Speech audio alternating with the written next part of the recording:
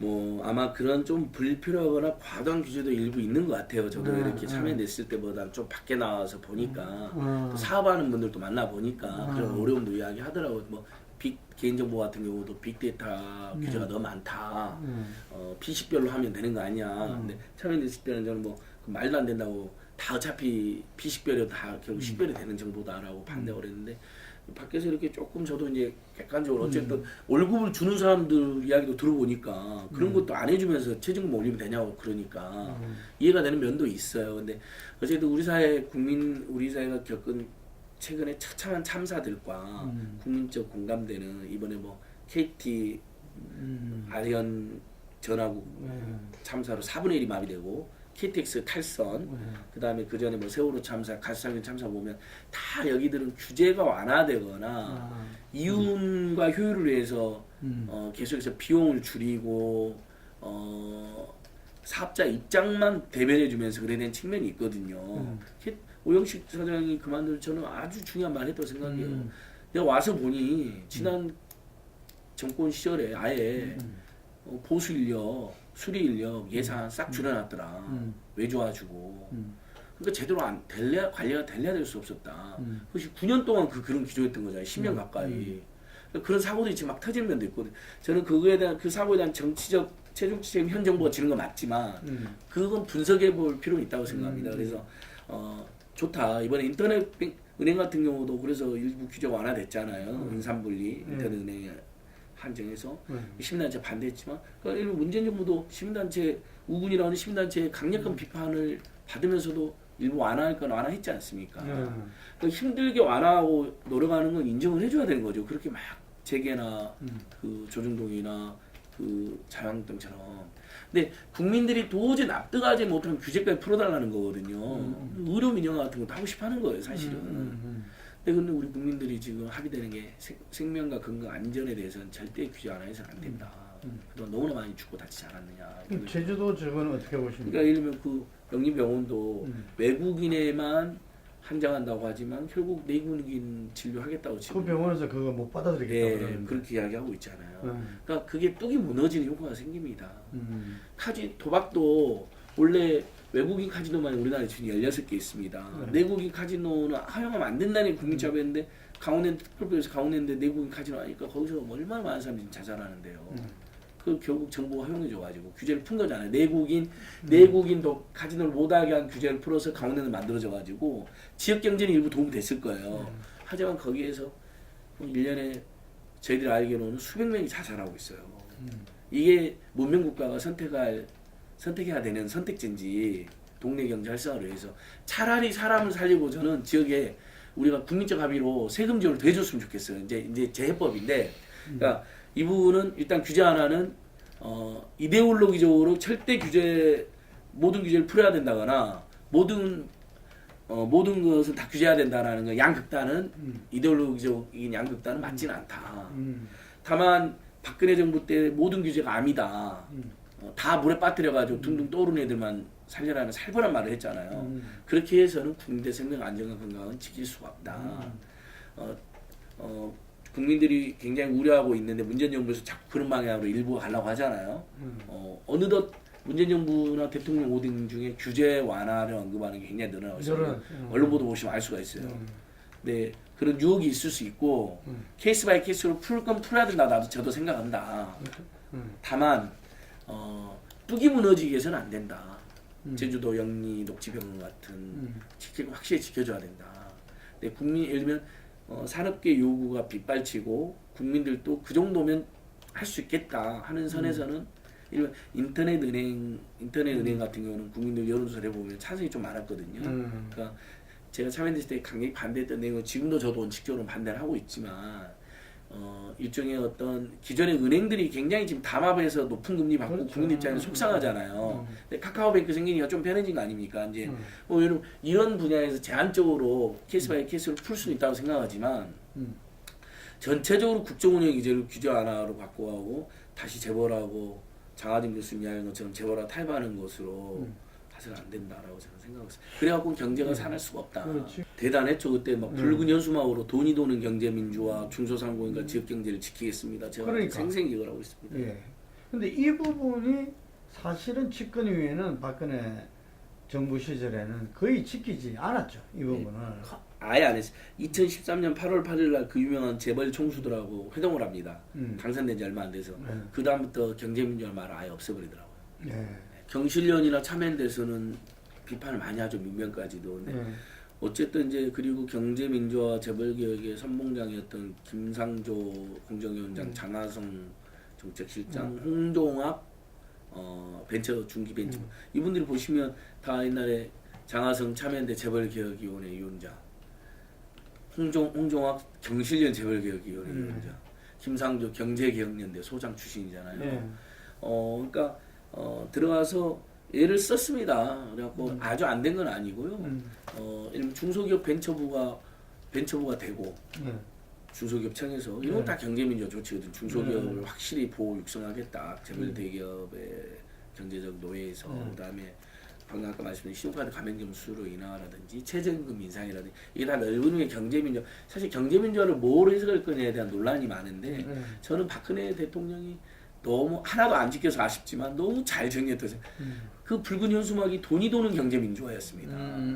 결국 재벌 대기업이나 소수 투기 세력이 모든 부를 가져가는 20대 80도 모자라가지고 10대 90 거의 1대 99 이런 식으로 되어가고 있는데 이것을 돈을 돌리겠다는 거잖아요.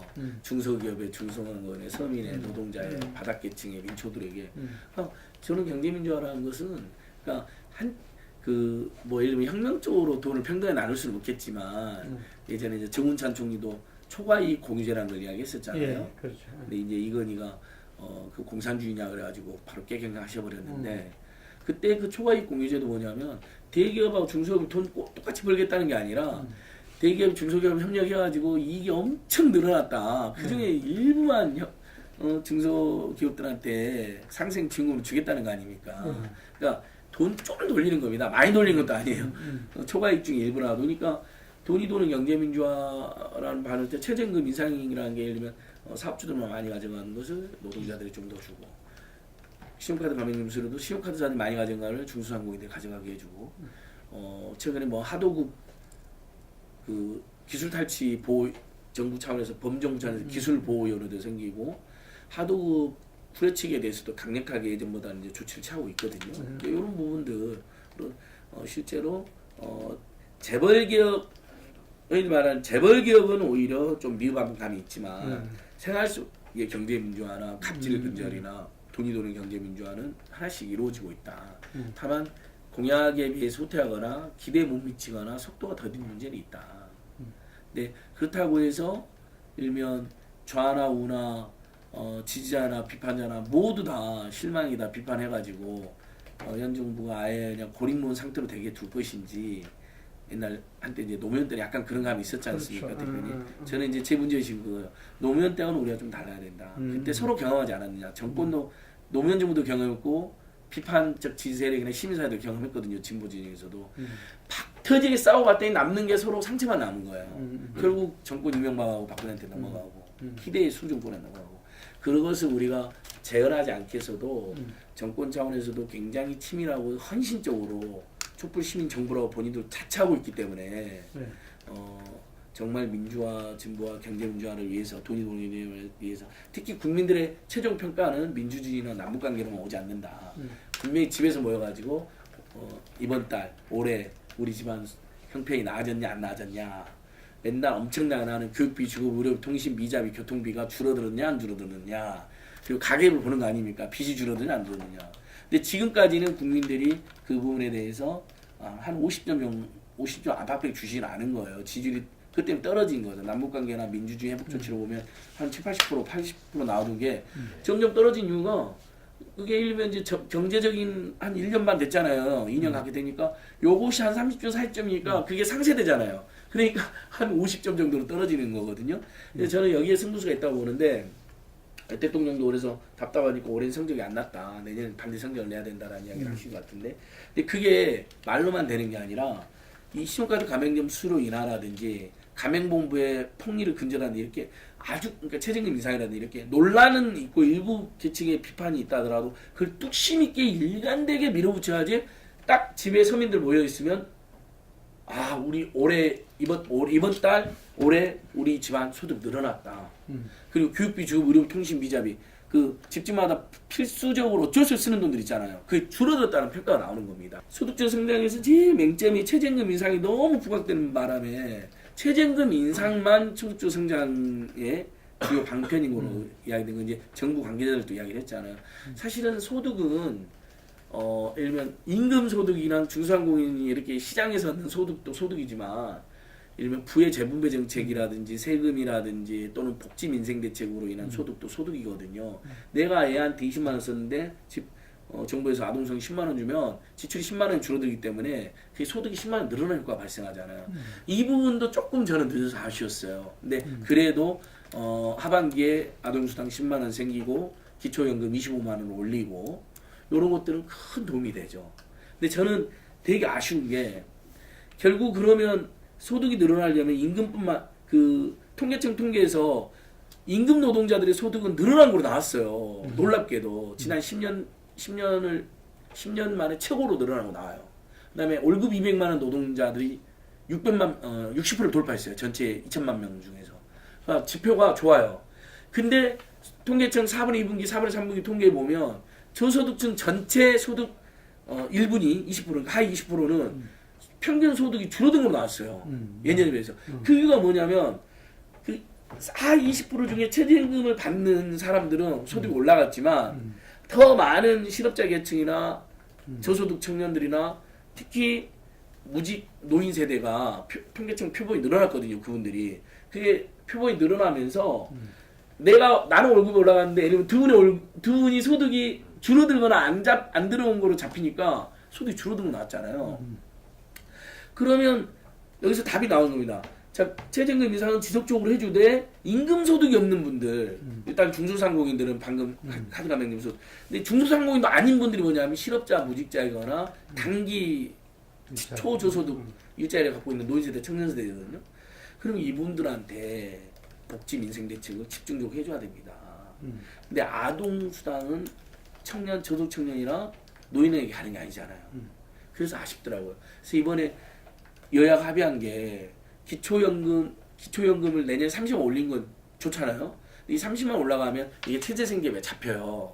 그래서 기초연금을 받는 노인분들은 30만 원 기초연금을 받는 노인분들 중에 기초생활 수급자로 더 저소득층들은 그 30만 원 소득으로 잡히는 바람에 받았다가 다시 돌려줘야 돼요. 그래서 10만 원을 주는 게 여야가 합의가 됐거든요. 그러니까 그러니까 전체 기초연금을 받는 분은 노인 하위 소득 70%고요. 그 중에서 기초생활 수급자들이 한 10%쯤 될 거예요. 완전 저소득층.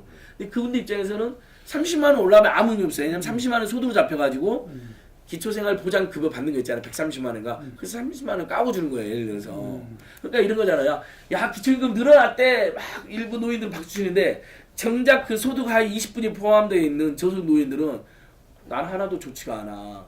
늘어나는 게 없잖아요. 그래서 10만 원을 근데 정부랑 협의한 과정이 빠졌거든요. 저는 대통령께서 이런 부분을 알아야 된다고 생각해요. 바로 마지막에 여야가 합의했는데 이렇게 빠진 그 10만 원 이런 게 저소득층들의 절망을 주고 그 다음에 아까 말한 그 임금 소득이 없는 저소득 노인 계층에게 10만 원이라는 실질 소득이 늘어남으로써 이게 그 사람들이 소비를 할 여력이 생기고 통계상으로도 저소득층들의 소득이 늘어나는 거 잡힐 거다. 너무 아쉽더라고요. 그러니까 저는 그래서 특별히 제 핵심이 이거예요. 아까 이제 그 중소상공인에 대한 준비도 좀 부족했다고 했는데 그 서민 저소득층 서민 가게의 소득을 늘려주는 거 임금 말고 나머지를 획기적이고 제대로 준비해놨었는데 그 부분에 대한 준비도 부족했다. 그래서 이제 된 게 거의 2년 다 돼서 아동수당 10만 원 이제 된 겁니다. 작년 9월에. 물론 5월 9일에 집권해갖고 뭐 단박에는 안 됐죠. 하지만 저소득층 가구에게 과감하게 지원했었어요. 아동수당은 그 자유한국당에서 그렇죠. 그러니까 물론 이제 그것도 물론 이제 이 모든 이 어려움의 배경에는 자유한국당과 조선일보류가 있습니다. 왜냐하면 나라 많이 생겼는데 뭔 돈을 주냐 이런 식으로 발목 잡아서 하위 90%만 주게 만들었거든요. 결국은 원래 노인연금도 100% 주기로 했는데 하위 소득 70%만 준 거잖아요. 그럼 나머지 그 30% 주기로 했던 걸 저소득층한테 몰빵을 해주던지 차라리 그냥 30%만 날려버린 거거든요. 박근혜 공약에서 원래 20만 원씩 주겠다고 했던 것을 30% 날려버리고 그럼 30%가 받은 상위 30% 받은 20만 원을 저소득 나눠주면 되잖아요. 그렇게 하지 않고 그 30만 원 아예 배정을 안 해버리고 저소득층도 소득 한 70%도 20만 원 다 준 것도 아니고 차등해 줬거든요. 10만 원 준 사람도 있고 20만 원 준 사람도 있고. 근데 저는 하우상박 구조로 가야 된다 우리 사회 완전히. 그래서 잘된 회사들도 막 하우상박 이야기 많이 하잖아요. 참여됐을 때도 간사님들이 하우상박 해야 된다고 아랫계층 분들은 임금을 조금 더 올리고 좀 많이 받는 분들은 좀 참아라 막 이런 이야기 있었는데 이제 대한민국은 지금 전형적으로 하우상박 구조로 가야 됩니다. 돈이 되는 경제 문제에서. 그래서 획기적인 복지민생 대책이 저소득층 노인 그러니까 딱 돈이 없는 계층이 있어요. 저 그 미취업 청년, 단기 알바 청년들. 그다음에 당연히 무직 실직 상태 노인 세대들. 여기에 지원을 몰아주면요. 지금보다 저는 내수 경제 아주 빨리 활성화될 거라고 생각합니다. 장하성 실장이 기다리던 그날이 옵니다. 저 그분은 기다리다가 못 보고 갔잖아요. 안타까워요. 근데 거기에 이유가 있다.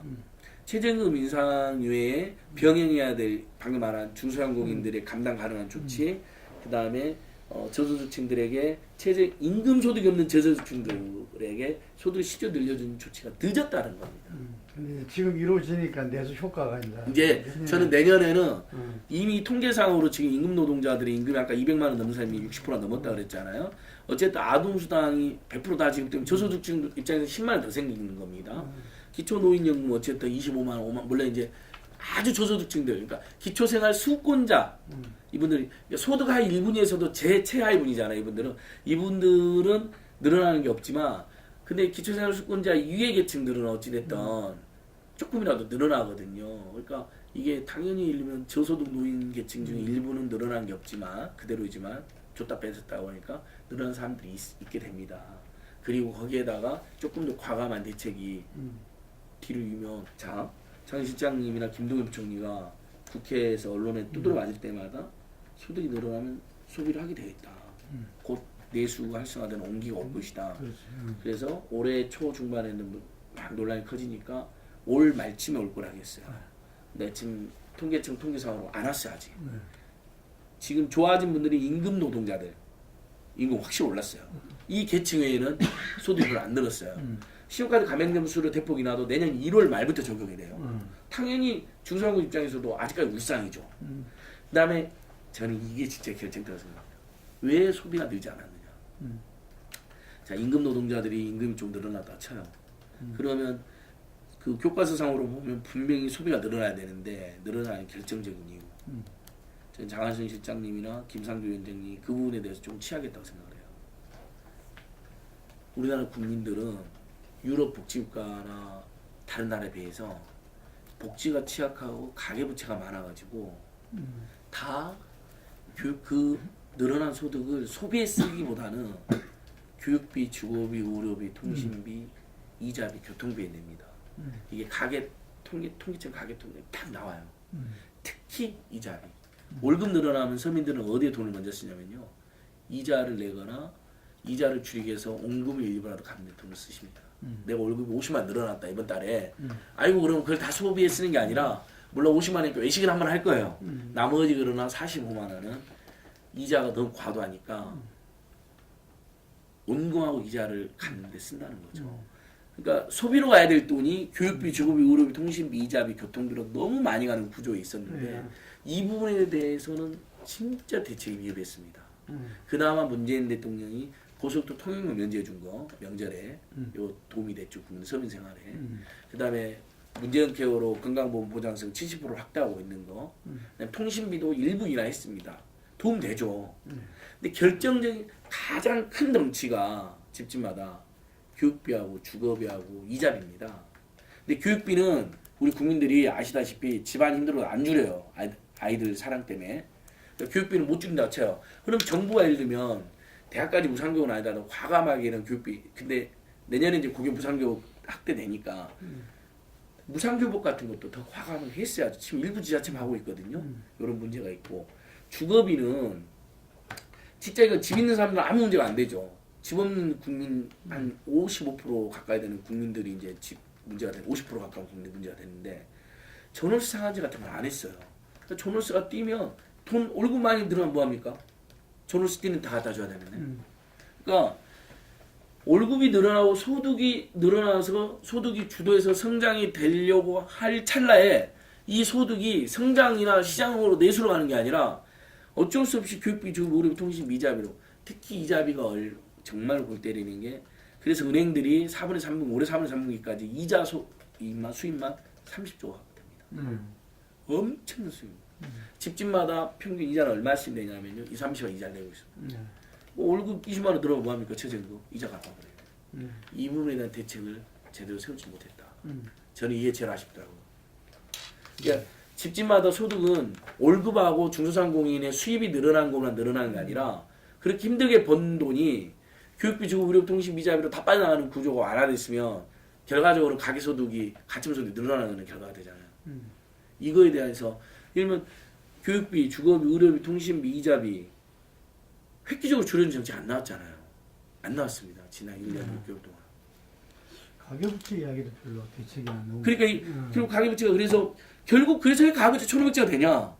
이자가 이자를 불리기 때문에 1,500조 된 겁니다.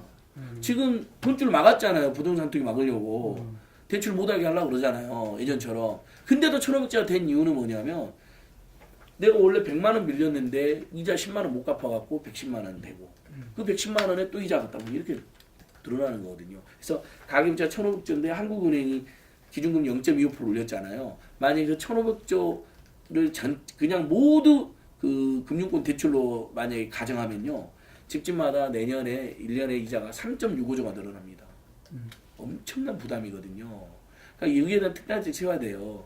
은행들 금융권들이 예금 금리를 1%를 해주면서 대출 금리는 지금 담보 대출도 5%를 받고요. 비담보 대출은 7% 10%까지 받습니다.